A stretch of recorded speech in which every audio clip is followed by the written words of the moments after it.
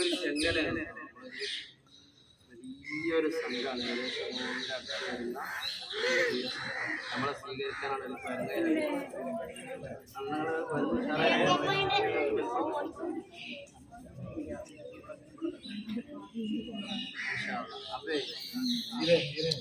അപ്പൊ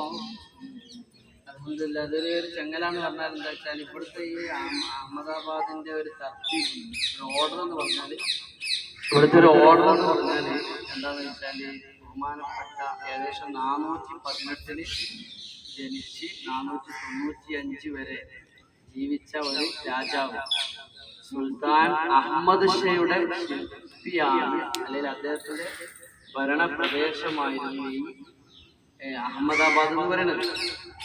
സുൽത്താൻ അഹമ്മദ് ഷാ അദ്ദേഹത്തിന്റെ കാലത്ത് ഒരുപാട് ദർവേഷന്മാരും ഔലിയാക്കന്മാരും അദ്ദേഹത്തിന് ഒരു സമ്പർക്കം ഉണ്ടായിരുന്നു. ആ കൂട്ടത്തിൽപ്പെട്ട വലിയ മഹാനാണ് ഖുത്ബെ ആലം ബുർഹാനുദ്ദീൻ അബ്ദുള്ള അൽ ബുഖാരി. ആ മഹാൻ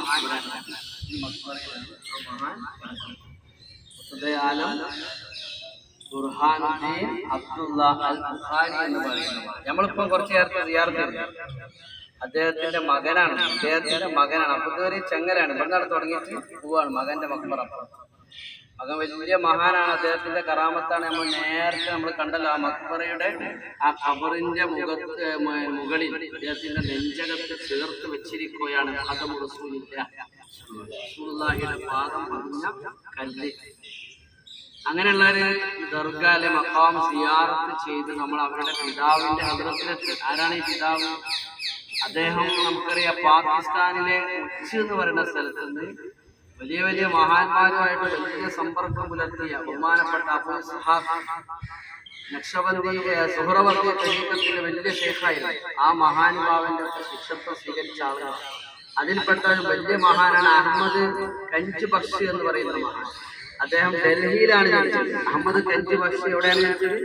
ഡൽഹിയിലാണ്. ആ അഹമ്മദ് കഞ്ച് ബക്ഷി എന്ന് പറയുന്ന അദ്ദേഹം കുട്ടിയാണ് കാലത്ത് അവിടെ വലിയൊരു വെള്ളപ്പൊക്കം ഉണ്ടായി ഡൽഹിയിൽ. അന്ന് ഈ ബഹുമാനപ്പെട്ട അബൂ ഇസ്ഹാഖ് എന്ന് പറയുന്ന വലിയ സുഹ്റവർദി തരീഖത്തിന്റെ വലിയ ശൈഖ് അവിടെയുണ്ട്. അപ്പൊ ഈ അഹമ്മദ് കഞ്ച് ബക്ഷി എന്ന് പറയുന്ന ഈ കുട്ടി അന്ന് കുടുംബത്തിലെ വാപ്പ പോയി, ഉമ്മ പോയി, കുടുംബങ്ങളൊക്കെ വെള്ളപ്പൊക്കത്തിൽ ഒലിച്ചിട്ട് പോയി. ഈ കുട്ടി മാത്രം ബാക്കി. ആ കുട്ടിയെ പിന്നെ ഏറ്റെടുത്ത് സംരക്ഷിച്ച് കൊണ്ടു നടന്ന ആളാണ് സുഹ്റവർദി തരീഖത്തിന്റെ ശൈഖ് ബഹുമാനപ്പെട്ട ഇസ്ഹാഖ്. ആ മഹാനവറുകളുടെ ശിക്ഷണത്തിൽ വളർന്ന അഹമ്മദ് കഞ്ച് ബക്ഷി രാജസ്ഥാനിൽ വന്ന് താമസിച്ചു. പിന്നീട് ഇവിടെ വന്നു. അവരുടെ ഒക്കെ ഇവരെ ഷെയ്ഖാണ്. ഇവരുടെ ഒക്കെ ഷെയ്ഖാണ് ബഹുമാനപ്പെട്ട ഷെയ്ഖ് ഖുത്ബെ ആലം അബ്ദുള്ള ബുർഹാനുദ്ദീൻ അബ്ദുള്ള അൽ ബുഖാരി എന്ന് പറയുന്ന ഈ മഹാന്റെ ഷെയ്ഖ് സുഹ്റവർദിയുടെ ഷെയ്ഖാണ് അഹമ്മദ് കഞ്ച് ബക്ഷി. അപ്പൊ ഈ മഹാന്റെ പ്രത്യേകത നിരവധി കറാമത്തുകൾ കാണിച്ചിട്ടുണ്ട്. ഈ മഹാന് അള്ളാഹുവിന്റെ ഇബാദത്തിൽ റിയാദയും മുറാഖബയും അങ്ങനെ വിലായത്തിന്റെ ഔലിത്യമായ ഔലിയാക്കന്മാരെ ദർജയാണ്. ഒക്കെ വലിയ വലിയ പദവിയിലേക്ക് കയറി അവിടുത്തെ തദ്രീസും താലീമും അതൊക്കെ നടന്നുകൊണ്ടിരിക്കുമ്പോൾ രാത്രി തഹജ്ജുദിന് ഒരു ദിവസം എണീച്ചപ്പോ പള്ളിയിൽ ഇങ്ങനെ എണീച്ച് ഞാൻ നടക്കണതിന്റെ തഹജ്ജുദ് നിസ്കരിച്ച് ഞാൻ നടക്കണതിന്റെ ഇടയിൽ എന്തോന്ന് കാലിൽ തടഞ്ഞു, കാലിൽ തട്ടി. അപ്പൊ അദ്ദേഹം പറഞ്ഞു, ഇത് കല്ലാണോ മരമാണോ ഇരുമ്പാണോ? വേറെ ലോഹത്തിന്റെ പേരും പറഞ്ഞില്ല. ഇത് കല്ലാണോ മരമാണോ ഇരുമ്പാണോ? കാലിന് തട്ടിയതേ കല്ലാണോ മരമാണോ ഇരുമ്പാണോ എന്ന് പറഞ്ഞു. ആ വാക്കാണ് മഹാന്മാരെ നാവിന്റെ അല്ലെങ്കിൽ അവരുടെ വാക്കിന്റെ അർത്ഥം അവിടെ ഈ ജനതക്ക് ഇവിടെയുള്ള അന്നത്തെ ശിഷ്യഗണങ്ങളും മറ്റുള്ളവരൊക്കെ മനസ്സിലാക്കി. ഇവർ പറഞ്ഞ എന്താണ്? ഇത് കല്ലാണോ മരമാണോ ഇരുമ്പാണോ? ലോഹങ്ങളെ ഒരു ലോഹത്തിന്റെ പേര്.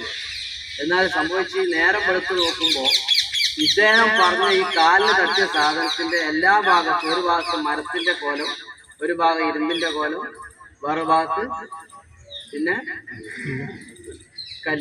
കല്ല് മരം ഇരുമ്പ്, 3 ഭാഗത്തും ഇങ്ങനെ ആയിട്ട് അത് ഒന്നിച്ച് ഒരു സമ്മിശ്രമായ ഒരു ലോഹമായി രൂപപ്പെട്ടു. മരാണെന്ന് പറയാൻ പറ്റില്ല, ഇരുമ്പാണെന്ന് പറയാൻ പറ്റില്ല, കല്ലാണെന്നും തോന്നാത്ത രീതിയിൽ ഒരു ലോഹത്തിന്റെ സമാഹകരണമായി മാറുകയും ഇവിടുത്തെ കേന്ദ്ര ജിയോളജിസ്റ്റ് വിഭാഗം, ആർക്കിയോളജിസ്റ്റ് വിഭാഗം ഒന്ന് പരിശോധിച്ച് ഇത് ഒരു അത്ഭുത ലോഹമാണ് എന്ന് പറഞ്ഞവര് കല്ലുപടം ആ മഹാനുഭാവന്റെ കറാമത്തിന്റെ ഭാഗമാണ് അത് ഈ മക്ബറയിൽ.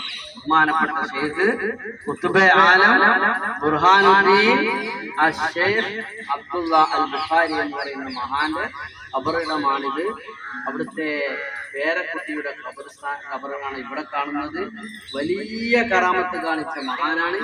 ഇതൊക്കെ പണികൾ നോക്കുന്നത് അന്നത്തെ രാജാവ് ഇവർക്ക് വേണ്ടി പ്രതിഷ്ഠ നൽകിയ സ്ഥലത്ത് അവരുടെ ഒരു സ്മരണയ്ക്ക് വേണ്ടി സ്ഥാപിച്ച കെട്ടിടം, മക്ബറയും പള്ളിയും ഒക്കെ നമ്മൾ കാണുമ്പോൾ ആ കാലത്ത് ജീവിച്ച മഹാന്മാരുടെ അവരുടെ പ്രത്യേകത വെച്ചാൽ അവരുടെ ഈ ഔലിയാക്കന്മാരെ പ്രത്യേകിച്ച് അവരുടെ നാവിന് വലിയ അസറാണ്.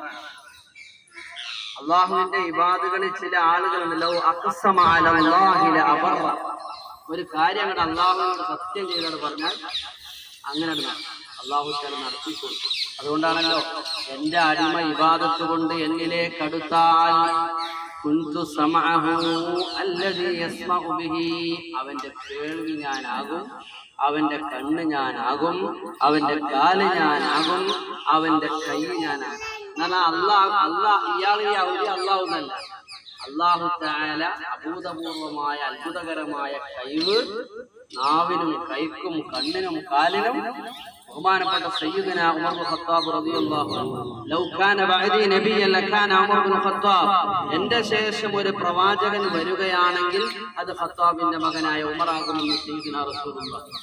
ആ ഉമർ തങ്ങൾ മദീനത്തെ പള്ളിയിൽ നിന്ന് ഇങ്ങനെ ആളുകൾക്ക് കുത്തുബോധിക്കൊണ്ടിരിക്കും. മദീനത്തെ പള്ളിയിൽ നിന്ന് കുത്തുബോധുമ്പോ അവിടെ സംഭവിക്കണം എന്താ, യാ സാരിയ അൽ ജബൽ അൽ ജബൽ, യാ സാരിയ അൽ ജബൽ.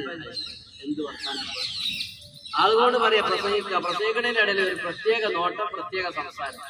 യാ സാരിയ അൽ ജബൽ അൽ ജബൽ, സാരിയ പർവ്വതത്തെ. നഹാവന്ത് യുദ്ധഭൂമിയിൽ ശത്രുക്കളെ നോട്ടം വിട്ടു നിൽക്കുന്ന മഹാനായ സാരിയത്ത് റളിയല്ലാഹു അൻഹുവിനാണ് ഈ ഡയറക്ഷൻ. അപ്പൊ സാരിയത്ത് ആരായിരിക്കണം? ഉമർ തങ്ങൾ ആരായിരിക്കണം?